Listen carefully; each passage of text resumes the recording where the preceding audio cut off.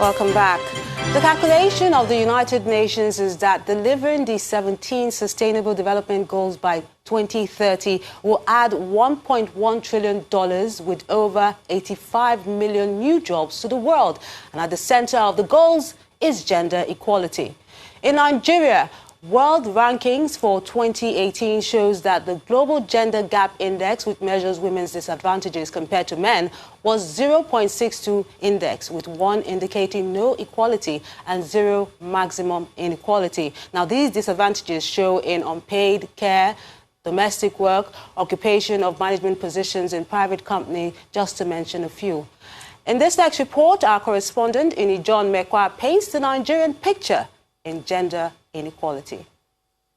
If we could close the gender gap of the 200 years, it could add 26% to the global GDP. This is the motivation for Goal 5 of the Sustainable Development Goals of the United Nations, which is gender equality.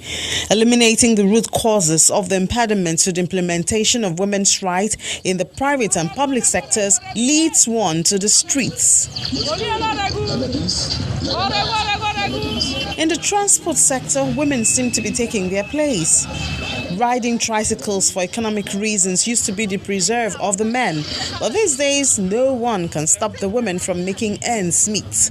Some men will see women doing men work, they appreciate, but some are jealousy. In the corporate world, a handful of women have made their marks. One of them was ranked the second most powerful woman in Africa as of 2015 by Forbes. She's the richest woman in Nigeria with an estimated net worth of $2.1 billion. What a man can do, a woman can do. And I don't see any reason why a woman shouldn't be able to do it. You can prove your points, you understand me, by letting them know that, listen, I've done this, I can do the next one. You do the next one, and you can still do the next one. And seeing is believing. So you just won't take no for an answer. Many say the list could have been longer, but for the fact that more women have to deal with the home front. The United Nations says that women do 2.6 times more unpaid care and domestic work than men, while families, societies, and economies depend on this work. When you're starting a family, it's very difficult to climb the corporate ladder. But once you've had your family, then you can have the best of both worlds, but you have to juggle it properly. I call that work-life integration as a work-life balance. Already a lot is being said about the need to consciously manage factors which seem to put women at a disadvantage. And the managing director of Consolidated Hallmark says that while there's no written policy in his company, as it is with many others, the consciousness is growing. We endeavor to bring in both male and female into our system and in all aspects of our lives. We have both sexes present in everything we do. If you are looking at equality, I would say no. However, they are well represented. A more worrying area is the public sector. While more women have entered political positions in recent years, including through the use of quota systems, the United Nations notes that they still hold a mere 23.7% of parliamentary seats. In the current National Assembly, women occupy 7 out of 109 Senate seats and only 22 out of 360 seats in the House of Representatives. Women, unfortunately, are not so economically empowered. So because of that, it tends to be harder for us to win elections, even when you have female politicians that are popular. 2030 is just about a decade away. It may sound like a long time, but considering the factors that are widening the gender gap, urgency is required on the road to gender equality in Nigeria and the world. John Mekwa reporting for Channels Television News. Staying with issues relating to women, Governor Willie Obiano has given the assurance that women in Anambra State will get 60% in the disbursement of loans given out by the Anambra State's Small Business Agency, ASBA, to ensure that their businesses are well funded. The governor was speaking when he declared open the 2019 training program for women holding leadership positions in various local government areas, groups, and associations.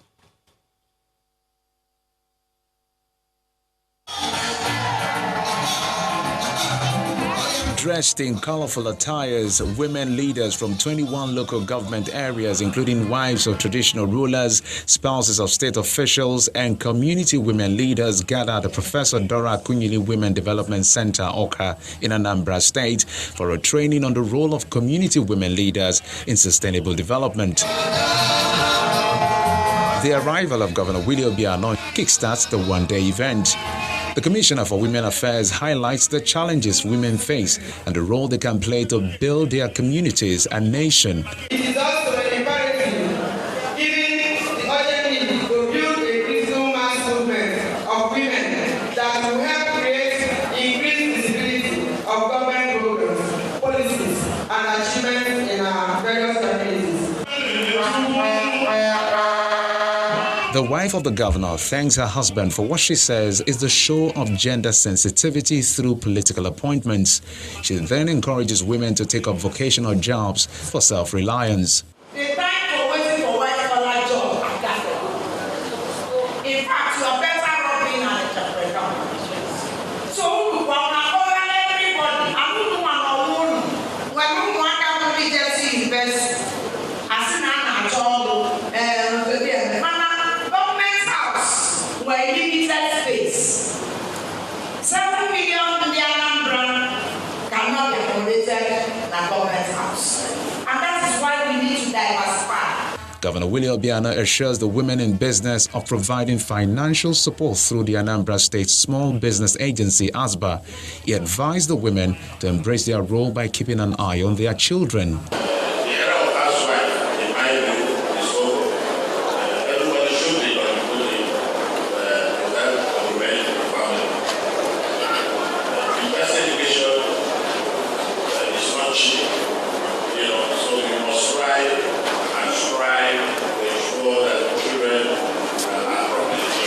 With the promise of support by the state government, women here are expected to key into the economic policies of the Anambra state government by working hard to impact their society. From Anambra, let's head north to Kano State, where the state government has commenced the distribution of uniforms and other learning materials to pupils in continuation of the implementation of the state free and compulsory education program. Governor Ganduje says his government remains committed to ensuring that every child in Kano State enjoys free education. Our correspondent Idris Jibrin has the rest of the story.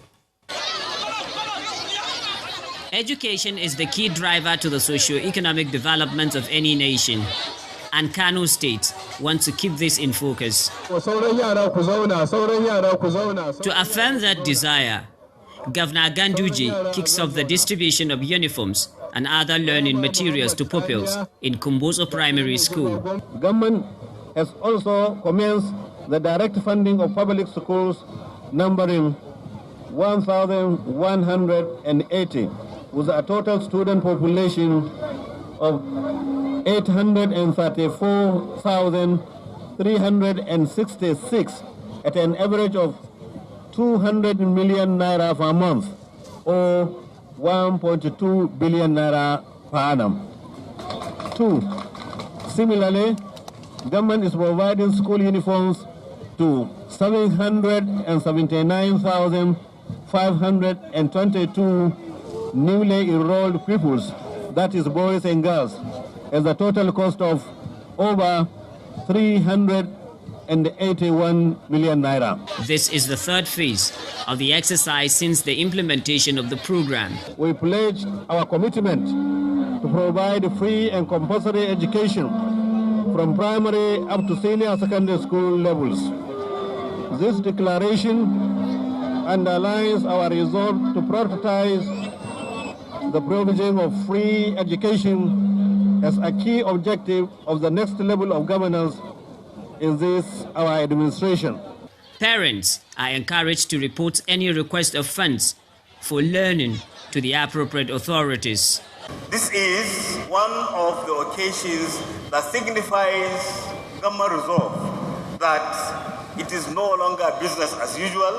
Government is committed to ensuring that all schools get government intervention at all levels, from junior secondary school to primary schools. The Kano state government has vowed to keep its word in ensuring that every child in Kano state enjoy free education. Idris Jibrin, Channels Television News. Some company news now. In line with its corporate social responsibility plan, Megalectrics Limited has put together a charity walk in Lagos to commemorate its 10th anniversary. The event was done in partnership with some non-governmental organizations that support charitable gestures aimed at creating an impact in the society. The CEO of Megalectrics Limited, Mr. Chris Obosi, explains that the company has undertaken projects such as the renovation of school laboratories, distribution of educational materials, and other humanitarian services for schools in their community. It's our 10th anniversary, so we thought we'd do something to give back to the community and the state at large that hosts us. So we chose two charities, Bethesda as well as Warif, which looks after damaged children, rape victims and the like. So we thought we'd do the walk to raise our target. We have a big target to raise, and from what I see and hear, I think we've done quite well to do that. So it's just our way of giving back. And then also, aside from this, to the immediate community, we renovated computer lab for the girls' secondary school at Lalupon Close. We donated new computers, new air conditioners, new UPSs and everything, furniture for them to do that. It's a way of showing other people that you can actually do something that kind of bonds the office, the company together, but still has a positive impact on society. I mean, we because of what we're doing, we have FRSC here to help us. We have the local government. We brought a whole bunch of people together, as well as our staff and listeners together to interact. They were not the only ones taking a walk on the streets of Lagos today. Access Bank's PLC has held the first edition of its Women's Walk for Health exercise aimed at improving community awareness on health issues that affect women and encouraging a healthy lifestyle. Amongst those that joined the walk are the Minister for Women Affairs, Pauline Tallinn, and the management of Access Bank Nigeria PLC. Over 100 participants assembled in preparation for a walk in some streets of Lagos with placards to raise awareness. The Minister for Women Affairs, Pauline Tallinn, and management of Access Bank Nigeria PLC are leading the walk. Some may walk for fun, but Access Bank has chosen to walk for a worthy cause. Our women banking team is holding a walk for women's health exercise activity to draw awareness to health matters that relate to women. The Walk for Women's Health is an initiative by the W Initiative at Access Bank. As you're aware, W Initiative is home for everything Access Bank has to offer women. And one of the areas that we'll focus on is women's health, because we know that the first wealth is health. The Minister for Women Affairs sees the walk as a welcome development and encourages women to embrace exercise. Health work is important, is the best medicine. Exercise is good for women, is good for everyone, and I encourage all women to make sure they come out on daily basis. Take out time to exercise, take out time to jog around, take out time to do something that will take off your mind from the stress of life. A good walk is better than any medicine. The Director, Medical Admin, Training and Programs, Lagos State, explains why one should imbibe a walking habit. What we have just done again is saying no to heart attack, because we want to try and keep fit. We are saying no to high blood pressure. We're saying no to diabetes mellitus. We're saying no to cancer. We're saying no to some diseases that can be prevented just by keeping fit. Well, it may not be so convenient sometimes to go to the gym or do this long run, but apart from this, let's imbibe the culture of working in the house. Access Bank Nigeria PLC Women Walk for Health is targeted at improving the health status of Nigerian women and reducing the mortality rate. Winbase is still harping on gender balance. Kayode has that and other stories on Business News.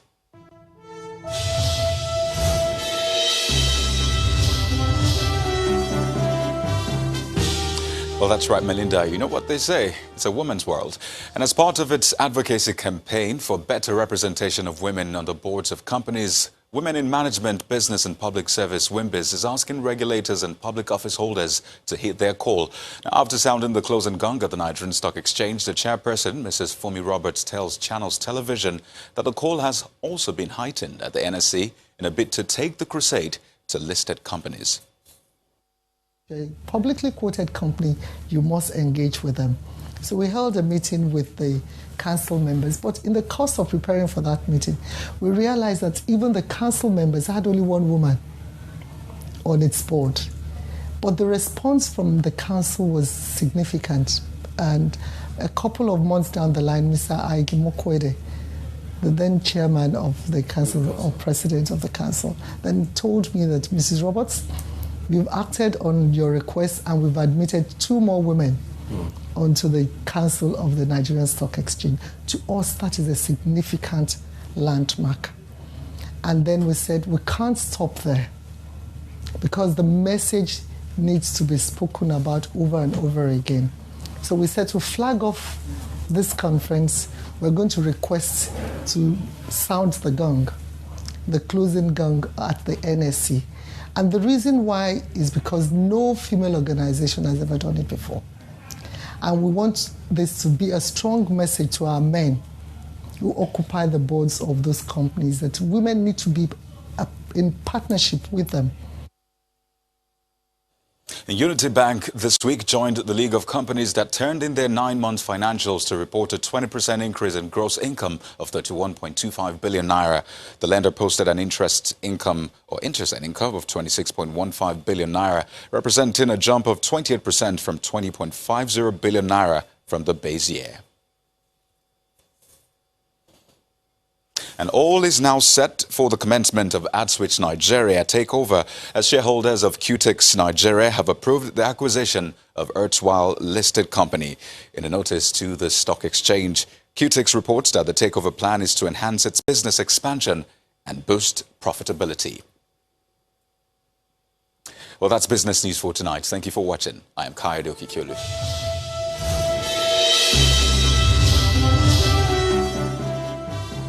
Many thanks, Kayode. Still ahead on the news at 10, Anambra vow not to underrate South Africa's second division club, TS Galaxy, in tomorrow's CAF Confederation Cup game at the Aba Stadium. That's on Sports News. Join us again.